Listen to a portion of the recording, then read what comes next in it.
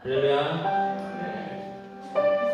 기쁨의 예배 시간이 돌아왔습니다. 주일 오후 찬양 예배에 자리에 나오신 여러분을 환영합니다.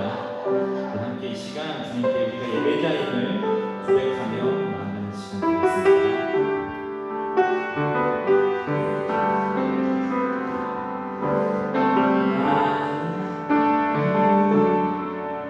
예배하는 자들여 온전히 영과 진리로 주 예배하자.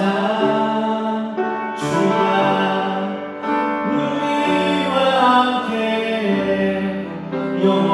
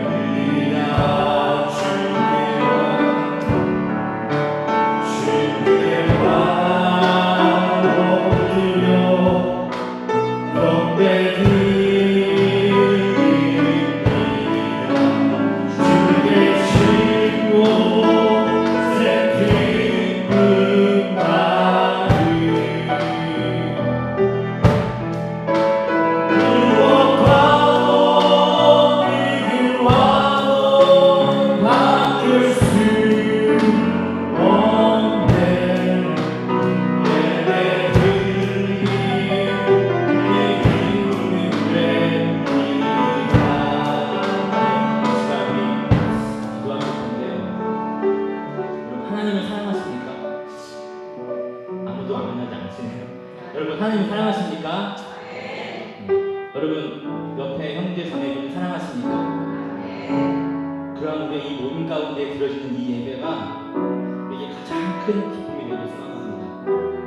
여러분 내가 사랑하는 하나님, 내가 사랑하는 형제 자매 그 자리에 함께 모여서 그 주님께 예배하는데 어떻게 기쁘지 않을 수가 있겠습니까? 이 시간에 우리 마음 가운데 정말 사랑하는 마음이 가득 차게 해달라는 기도였으면 좋겠습니다. 이 시간 다시 한번 지금 찬양 한 번 더 할 텐데 이 찬양을 하면서 고백하는 시간 되었으면 좋겠습니다. 주님, 내 이 예배가 나의 가장 큰 기쁨입니다. 여러분 그래서 우리가 이 모이는 이 시간들이 항상 기다려지고 항상 기쁨이 되었으면 좋겠습니다. 우리 함께 다시 한번 찬양하시고 우리 기도하시겠습니다.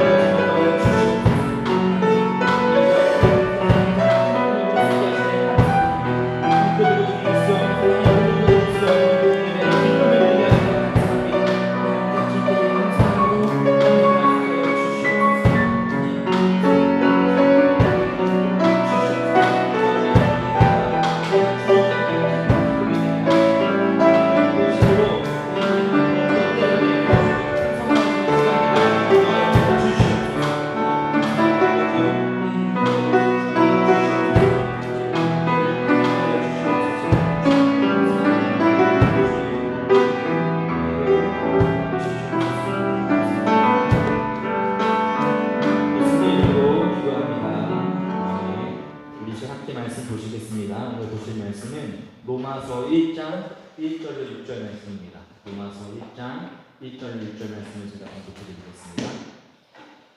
그리스도 예수의 종인 나 바울은 부르심을 받아 사도가 되었습니다. 나는 하나님의 복음을 전하기 위하여 따로 세우심을 받았습니다.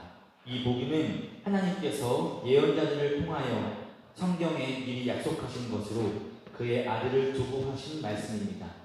이 아들은 육신으로는 다윗의 후손으로 태어나셨으며 성령으로는 죽은 사람들 가운데서 부활하심으로 나타내신 권능으로 하나님의 아들로 확정되신 분이십니다.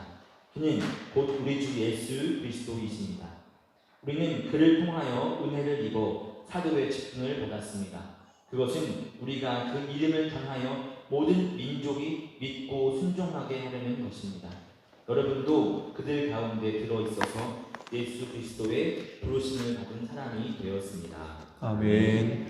복음에 관한 말씀을 두 번째 시간 드리려고 합니다. 지지난주 복음이 뭐냐, 사도 바울이 이해하고 있는 복음이 뭔지 먼저 말씀을 드렸죠. 말씀을 마치질 못해서 오늘 두 번째 시간 이어서 말씀을 드리려고 합니다. 오늘 주신 말씀 가운데 2절 상반절의 말씀을 보면 이런 그 말씀으로 시작을 하죠. 이 복음은 그러면서 이제 사도 바울이 이해하고 있는 복음에 관하여서 쭉 이제 설명을 하고 있죠. 로마 교회 성도들에게 자기가 이해하고 있는, 그리고 믿고 알고 있는 복음에 관하여서 이제 설명을 해주고 있습니다. 오늘 말씀을 두 번째 시간 듣고 계시는데, 여러분이 알고 있는 복음은 무엇입니까? 한번 비교해 보십시오. 사도 바울이 알고 있고 믿고 있는 복음과 내가 알고 믿고 있는 복음에 어떤 차이가 있는지. 당연히 차이가 있으면 안 되겠죠. 그렇죠? 예, 여러분이 알고 있는 또 믿고 있는 복음이나 사도 바울이 믿고 알고 있는 복음과 같아야 될 겁니다. 그게 참 믿음이라고 할 것입니다. 신앙생활을 하고 교회를 다니면서 가장 자주 듣는 것 중에 한 가지가 바로 이 복음이라고 하는 말입니다. 복음, 유앙겔리온. 기억나시죠? 유앙겔리온. 황제와 관련된 좋은 소식. 초기에는 전투에서 승리의 소식을 전해 주었을 때 유앙겔리온이라는 말을 썼는데, 이제 시간이 흐르면서 황제와 관련된 좋은 이야기, 좋은 소식은 전부 유앙겔리온이라고 이제 표현을 했고, 이것이 이제 기독교에서 사용하면서 복음이란 말로 이제 사용을 하게 됐다고 말씀을 드린 적이 있었죠. 사도 바울은요, 먼저 이 복음에 관하여서 이제 이야기를 할 때에 예언자들을 통해서 미리 예언된 것이다 라고 말씀을 하고 계십니다. 예언자들을 통해서 이 복음이 약속이 되어졌다는 거죠. 그래서 복음은 갑자기 나타난 게 아닙니다. 이미 예언자들을 통하여서 구약 성경에 예언되었기 때문에 복음은 곧 이 예언의 성취죠. 성취로서 이루어진 일입니다. 갑자기 하루아침에 이루어지고 나타난 게 아니에요. 이미 미리 벌써 이런 일이 있을 것이라고 예언되어진 그런 그 말씀입니다. 그렇기 때문에 여러분이 구약 성경을 볼 때 사도 바울 시대에 있어서 성경은 바로 예언서들이죠. 구약 성경 말씀을 얘기합니다. 우리는 성경하면 구약과 신약을 다 얘기하지만 바울 시대에 있어서 성경은 구약의 말씀들이에요. 모세오경과 예언서와 시편의 말씀들. 이런 것들을 가리켜서 성경이라고 얘기하고 있는 거예요. 오늘 우리에게 있어서 구약 성경은 다 포함이 되겠죠. 구약 성경 전반적인 걸 다. 그래서 예언자들을 통하여서 구약의 예언이 됐다고 하면 우리가 그 구약 성경을 볼 때 그 구약 성경 속에서 누구를 발견해야 됩니까? 복음, 곧 예수를 찾아내야 돼요. 예수를 발견해야 됩니다. 왜? 이미 예언자들을 통해서 예언이 됐기 때문이다는 그런 그 사실입니다. 우리가 주일 낮 시간에 지금 사도행전에 있는 말씀을 봐봤죠. 얼마 전 8장의 말씀을 봤죠. 거기 어떤 사건이 기록되어 있습니까? 에티오피아 간다게 여왕의 국고를 맡은 네시 이야기 있었죠. 그렇죠? 그 네시가 예루살렘에 예배하러 왔다가 돌아가는 길에 이사야서에 있는 말씀을 그가 보게 되었다고 말씀을 하고 있죠. 53장 7절과 8절에 있는 말씀을 보면서 마차에서 이제 보면서 가고 있었어요. 근데 고민에 빠졌어요. 이사야서 53장 7, 8절에 기록되어 있는 그가 누구냐 도대체. 그가 누구냐. 이걸 몰라가지고 전전긍긍대고 있었어요. 이사야서 53장에 있는 말씀을 읽어드릴까요? 70인역에 있는 것과는 조금 달라요. 우리 세번역과 번역되어 있는 건 좀 다른데 들어보세요. 양이 도살장으로 끌려가는 것과 같이 새끼 양이 털 깎는 사람 앞에서 잠잠한 것과 같이 그는 입을 열지 않았다. 그는 굴욕을 당하면서 공평한 재판을 박탈당하였다. 그의 생명이 땅에서 빼앗겼으니 누가 그의 세대를 이야기하랴. 이 말씀을 보고 있었어요. 근데 여기서 말씀하고 있는 그가 누구냐는 거예요. 도대체 그가 누구냐. 이걸 알지 못해가지고 마차를 타고 가면서 고민에 빠진 거죠. 전전긍긍대고 있다. 근데 성령께서 빌립 집사에게 명령하시죠.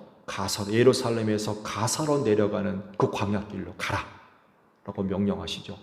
그래서 빌립 집사가 그 말씀에 순종해서 가사로 내려가 누구를 만나요? 이 간닥의 여왕의 국고를 맡은 내시를 만난 거예요. 보니까 이사야서 53장에 있는 말씀을 보고는 이게 도대체 무슨 말씀인지 이해를 못하고 전전긍긍하고 있는데 빌립이 그걸 한 거죠. 무슨 말씀을 보고 있습니까? 그 말씀을 이해하고 계십니까? 모르겠다는 거예요. 여기서 도대체 얘기하고 있는 것이 누구를 이해하고 있는지 모르겠다. 그 빌립 집사가 마차에 올라가지고 그가 누군지를 설명해 주기 시작해요. 누구겠습니까? 복음, 곧 예수 그리스도였던 거예요. 그 간닥의 여왕의 국권을 맡은 내시에게 복음을 전해줍니다. 여기서 이야기하고 있는 그가 바로 예수다. 지금 얘기하고 있는 건 그거예요. 예언자들을 통해서 벌써 복음이 이렇게 예언됐다는 거예요. 그래서 우리도 내시와 같으면 안 된다는 거죠. 구약 성경에 있는 말씀을 보면서도 복음을 발견하지 못하면, 예수 그리스도를 찾아내지 못하면 아무런 의미가 없다는 거예요. 그래서 설명을 해주죠. 물이 있는 곳에 만났을 때 세례 주죠. 그리고 내시는 갈 길로 가고 빌립 집사는 빌립 집사대로 성령이 이끌림을 받아 다시 만나지 않았다고 그래요.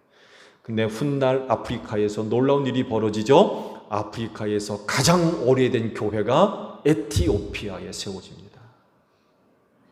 놀라운 열매가 맺어졌어요. 물론 지금 에티오피아에 세워져 있는 기독교 교회가 오늘 정통 기독교와는 조금 달라요. 좀 샤머니적인 그런 의미도 좀 포함되어 있고 좀 그래요. 여하간 그 에티오피아에 교회가 세워져요. 이 내시를 통해서 놀라운 그런 그 열매가 맺어지게 됐죠. 복음은요, 이와 같이 예언자들을 통해서 미리 약속되어진 것이기 때문에 우리가 구약 성경을 볼 때에 이 복음을 발견할 수 있어야 됩니다. 그렇지, 성령께서 여러분의 눈을 밝히 열어주시기를 축복합니다. 예수님도 친히 말씀하셨죠. 성경은 누구에 대해서? 나에 대해서 증언한 책이다라고 그러셨어요. 예수가 말씀하시는 성경은 뭘 얘기해요? 구약복음, 구약이에요. 모세오경과 예언서와 시편과 잠언서의 말씀. 그 성경들이 바로 나에 대해서 증언하고 있다는 거예요. 그러므로 그 성경을 볼 때마다 우리는 그 성경 속에서, 구약 성경 속에서 복음, 곧 예수 그리스도를 발견해야 된다는 거죠.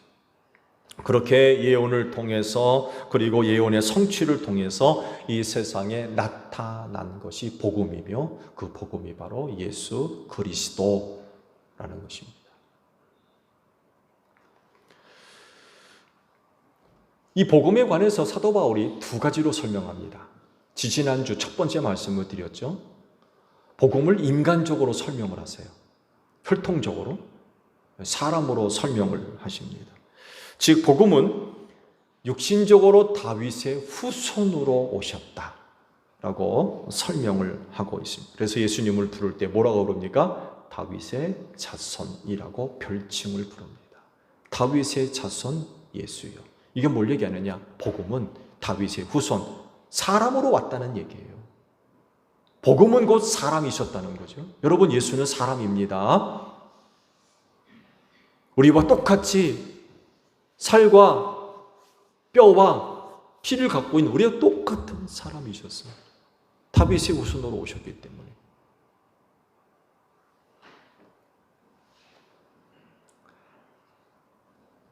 두 번째 설명합니다. 첫 번째는 지지난주에 말씀을 드렸죠. 오늘은 두 번째 사도 바울이 이해하고 있는 복음에 관해서 말씀을 드립니다. 두 번째 이해는 이거예요. 성령으로 이해하는 것입니다. 영적으로 이해하는 거예요. 첫 번째는 육적으로 이해를 했어요. 복음은 다윗의 후손. 육신의 몸을 입고 온 예수라는 거죠. 예수께서 부연 설명을 좀 드리면 육신으로 오신 이유가 있죠. 그렇죠? 그리고 육신으로 오셔만 하고요. 그렇죠? 왜냐하면 죄인을 대신해서 십자가에서 별세하셔야 되잖아요. 그렇게 함으로 인하여서 죄와 사망에서 우리를 구원하실 수가 있었던 거죠. 그래서 사람의 몸을 입고 우리 가운데 오실 수밖에 없었죠. 그런데 그렇게 죽음으로 끝나지 않았죠. 사흘 만에 부활하셨습니다. 부활의 권능으로 그렇게 다시금 살아나셨어요. 죽음의 권세를 이기고 새로운 몸, 곧 부활의 신비한 몸을 입으시고 다시금 부활하셔서 사람들에게 나타나셨죠. 이것이 바로 오늘 말씀 속에 부활의 권능이라고 하는 말로 표현을 하고 계십니다. 이 부활의 권능으로 말미암아 그분이 뭐가 돼요? 하나님의 아들이 되셨다는 것. 부활을 통해서 하나님의 아들이 되셨다. 영적인 존재로서 하나님의 아들이 됐다라는 것입니다. 육체적으로는 다윗의 후손이지만 영적으로는 부활을 통하여 하나님의 아들이 되셨다는 그런 그 말씀입니다. 이 말씀을 정리하면 복음, 곧 예수는요, 육신적으로는 다윗의 후손이시고 영적으로는 그 부활을 통하여서 하나님의 아들이 되신 분이라고 하는 겁니다. 이걸 또 다른 말로 표현하면요, 참 사람이며 참 신, 참 하나님이라는 얘기예요. 재미난 얘기 있잖아요. 하나님을 보여주세요. 하나님을 보여줬으면 좋겠습니다. 그럼 뭐라고 얘기하십니까? 왜 하나님을 보여달라고 하느냐? 그 다음에 유명한 말씀하셨죠. 나를 본 자는 아버지를 보았느니라. 유대교 입장에서는 참 기겁할 그런 그 말씀이었지만 그 말은 참이었던 거예요. 그분은 영으로서 하나님이셨어요. 참 신이셨던 거죠.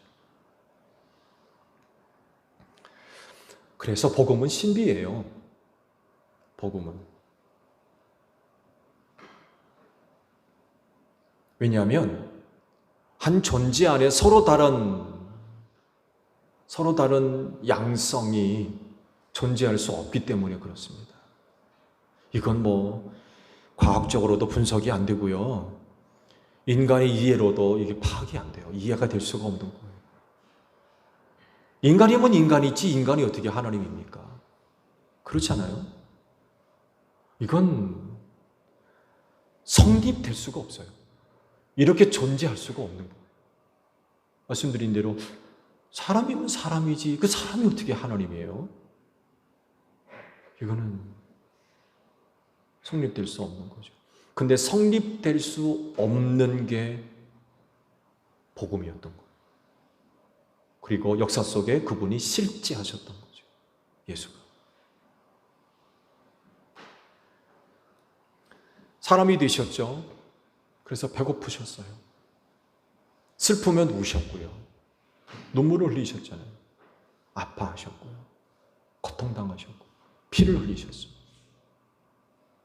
사람이기 때문에 그래요. 근데 사람만이 아니었죠. 그분은 또한 하나님이셨어요. 그래서 기적을 행하시고 표적을 행하셨습니다. 많은 기적과 표적을 통하여서 참 하나님 되심을 증명해 보이셨어요. 사람으로서는 할 수 없는 놀라운 일들을 행하셨거든요. 이건 뭐 대단한 일이죠.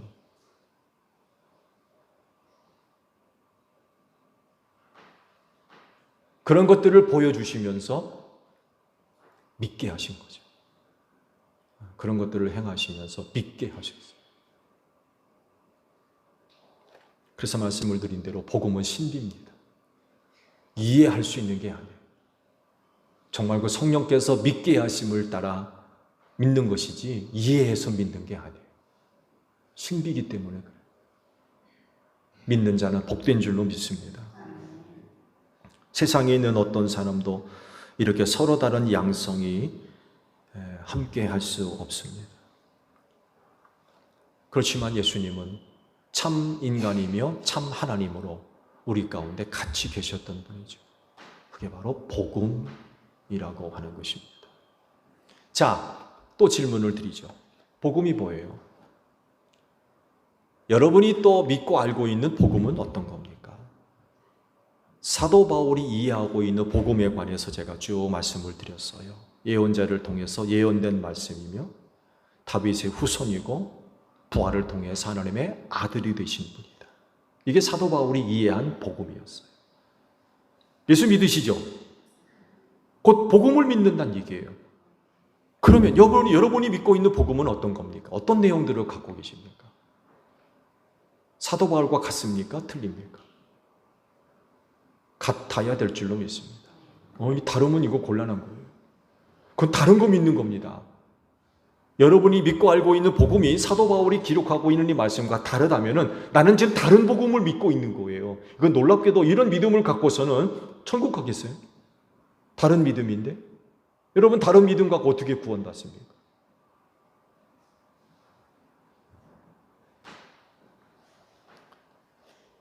바울이 이해하고 있는 또 믿고 있는 복음과 여러분이 알고 있는 복음이 같은 줄로 믿습니다. 그래야 구원받아요. 그래서 우리가 복음을 믿을 때 그분의 양성을 다 믿어야 됩니다. 인간으로서 다윗의 후손, 다시 다윗의 후손으로서 사람이신 예수, 또 하나 부활을 통하여서 하나님의 아들 되신 하나님. 이거 다 믿어야 돼요.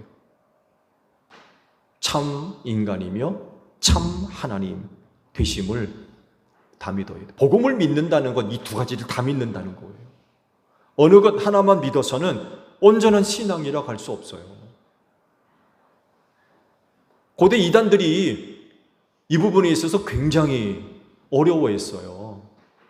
그때까지만 하더라도 이렇게 되는 일은 거의 상상할 수가 없었습니다. 특히 로마 철학 속에서는요, 신이 인간화되는 것들은 거의 불가능한 일로 여겼어요. 차원이 다르기 때문에 정말 신성한 거룩한 신이 타락한 인간의 몸을 입는다? 이건 그 당시 가치로서는 받아들일 수 없는 거였어요. 그래서 초기 복음이요, 로마 사회 속에서 굉장히 저항을 받았어요. 받아들일 수 없는 거였어요. 이해도 안 되고 그 시대의 가치관으로서는 도저히 용납이 안 되는 거였어요. 그래서 복음이 초기에는 많은 저항을 받았습니다. 받아들이지를 않는 거예요. 그래서 사도 바울이 전도 여행을 다니면서 철학자들과 많은 논쟁을 벌이잖아요. 그들이 한 얘기를 보면 사도 바울을 향해서 뭐라고 했냐면 저 말쟁이라고 얘기합니다. 저 말쟁이. 사도 바울이 얘기하는 거를 고지 듣지를 않는 거예요. 그 시대 사람으로서는 이건 받아들일 수 없는 것들이었기 때문에 굉장히 어려운 것 중에 하나였죠. 그러나 그럼에도 불구하고 복음을 믿는다라고 한다면 예수 안의 양성, 곧 참 인간이며 참 하나님 되심을 믿어야 됩니다. 이게 진짜 믿음이에요. 이 믿음을 갖고 계셔야 되고요. 이 믿음에 흔들림이 없어야 된다는 그런 그 사실입니다. 사도 바울에게 이어진 이 믿음, 사도 바울에게 이어진 이 믿음이 여러분들에게도 이어진 줄로 믿습니다. 그리고 여러분 자녀들에게도 이 귀한 신앙이 이어지기를 바랍니다. 구원받는 길이에요. 복음을 믿는다는 건 구원받는 일입니다. 이 마지막 때 복음을 믿는 믿음 잘 간직하는 여러분들이 되시기를 바랍니다. 기도하겠습니다. 복음은 곧 예수입니다. 그분은 참 인간이며 참 하나님 되십니다. 사도 바울이 알고 믿고 이해했던 복음, 우리도 믿게 하옵소서. 그래서 믿음 변치 않게 하시고 흔들리지 않게 하시며 이 마지막 때 그 믿음 잘 간직할 수 있는 저희 모두가 되어지게 하옵소서. 눈물 흘리며 씨 뿌리러 세상 속으로 나아갑니다. 동행해 주시고 도와주시고 또 보호해 주셔서 아름다운 열매를 거두어 드리고 아버지께로 돌아올 수 있도록 한 주간의 삶을 축복해 주옵소서. 예수님의 이름으로 기도하옵나이다. 아멘. 우리 함께 손을 들고 기도 찬양하시겠습니다.